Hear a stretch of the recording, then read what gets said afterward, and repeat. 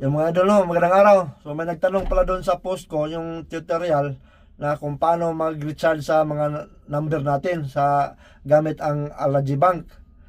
So ito ang tanong niya, idol, sana mapansin mo to. Tanong ko, saan ko po makikita ang Sawaplex? Hindi ko makikita, mapaload sana ako ng 20 SR lang.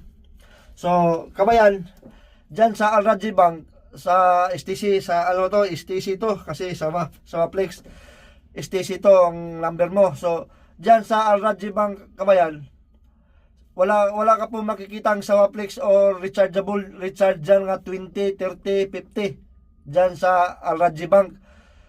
Ang minimum dyan sa load dyan sa STC is 200. So kahit 200 wala nga. So 200. So ang gawin mo para makaload ka ng 20, yung maliit lang, 20, 30, 50 ganyan, makaload ka, mag-install ka ng ibang apps, yung YourPay. Meron diyan sa Alaji din yung YourPay. Or may may STC Bank.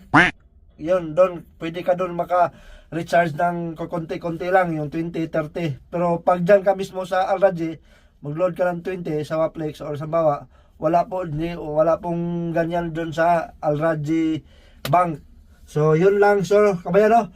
So download ka lang ng ibang apps, yung YourPay. So nandyan lahat, kahit paunti-unti, 20, 30, 15, yun, makaka-load ka dyan.